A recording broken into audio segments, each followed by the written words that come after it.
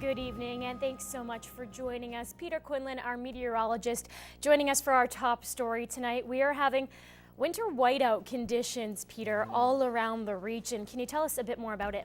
Yes, we've had those throughout the afternoon today. There's a big trough of low pressure swinging through, and it's giving us very heavy snowfall for this time of year. We're not even halfway through fall, and then this happens. And actually, we have very poor road conditions. We have a few photos that were sent to us from some of our viewers.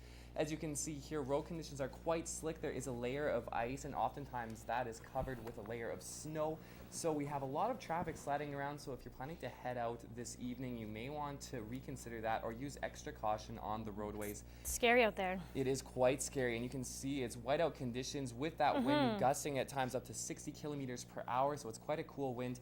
And we did have some significant snowfall along with that. You can see here is someone's backyard. Her name is Brenda, who sent us the pictures here. And we've had a few centimeters right now, and there's going to be even more as we head into the overnight period. We do have a snowfall warning that has continued to be in effect for many areas here in the border city, as well as Wainwright, Vermilion, Provost, the Battlefords, Unity, Maidstone, St. Walburg, Meadow Lake, Pierceland, Wilkie, Macklin, and Bigger. So we're expecting about another 5 to 10 centimeters before this is all done.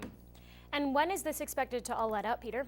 We're probably going to see the snow start to taper off tomorrow morning, but it's going to be flurries on and off throughout the day tomorrow, as well as most likely on Thursday and even Friday. We may see a few scattered flurries. So people out there, if you are driving or out on the roads for any reason, be as careful as you possibly can. Absolutely. And it also made for a busy day for city crews.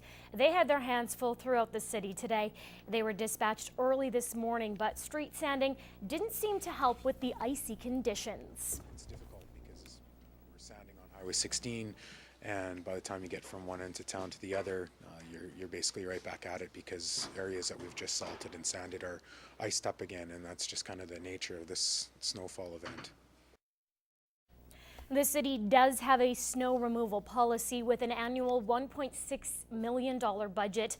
The roadways outlined in blue on that picture on your screen are considered priority routes, meaning after 5 centimeters of snowfall, the city has 2 days to plow those areas. Streets highlighted in pink are priority 2 areas, and for the same amount of snowfall, the city has up to 3 days to plow those roads. For the downtown core and residential areas, snow is only removed as required. And there's some flexibility in that. Right now, our policy for a downtown snow removal is 10 centimeters, and so we're going to be waiting to see what kind of accumulations we have. And with such an early snowfall, the city is unsure how it will impact the yearly budget. Last season was a really light year, and we've got quite a bit of budget room right now. So this particular event isn't impacting our budget, but it certainly could impact next year's budget if you get large accumulations early in the year. Anyone concerned about a particularly icy intersection can report it to the city's Public Works Department at that phone number on your screen. Police are investigating a murder near Ranfurly. Vermilion RCMP located the body in a rural area Saturday night, but aren't releasing much information. An autopsy was performed yesterday in Edmonton, confirming the death was a homicide, but police won't say how the person was murdered or any further details about the victim. Anyone with information is asked to contact the Vermilion RCMP or Crime Stoppers. Meantime, a North Battleford man is dead after EMS responded to a medical distress call in the city yesterday morning. RCMP and EMS transported the man to Battleford's Union Hospital, where he died later that morning. Police are investigating the cause of death, but at this time, the victim's name is not being released. Well, months of campaigning have all come down to this. Lloydminster voters hit the polls tomorrow in a history-making election, deciding which 6 of the 16 council hopefuls will represent the city for the next 4 years. Unofficial advanced poll numbers are down over 10% from the last election, with 298 residents already casting their ballots compared to 335 back in 2009. Here is one last look at your candidates. Vince Angelo is an account executive. If elected, he says he will work to stabilize the retail and service industries. Alan Caford is looking to secure his 5th term on council. He says he'll use his experience and business knowledge if re-elected. Lachlan Cummin is an area realtor. He says he's a well-rounded resident with 20 years of business experience. And Linnea Goodhand is a local lawyer who says she'll bring her expertise on all levels of government to council. Belinda Halbach is a teacher. She says if elected, council will be a learning curve, but she'll commit to listening to residents. Ian McCormack is a welder who says he'll bring a different perspective and give council backbone.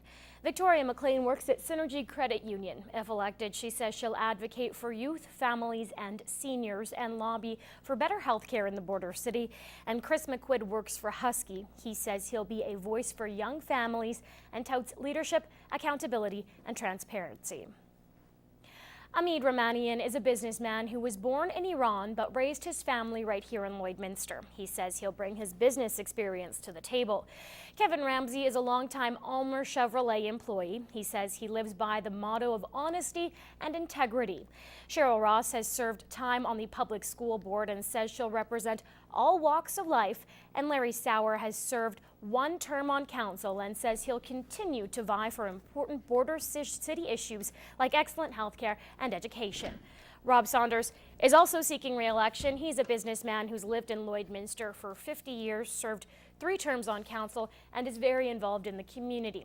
Lisette Smith is the youngest candidate. She's born and raised in Lloydminster and says her travel and volunteer experience can benefit council.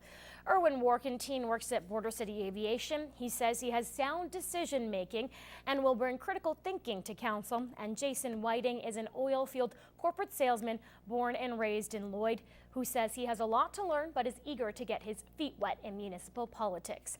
Now, here is a look at the 7 polling stations throughout the city. This image is also available on the city's website.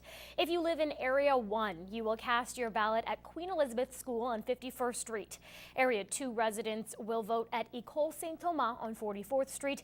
If you live in Area 3, you vote at Jack Kemp on 47th Avenue.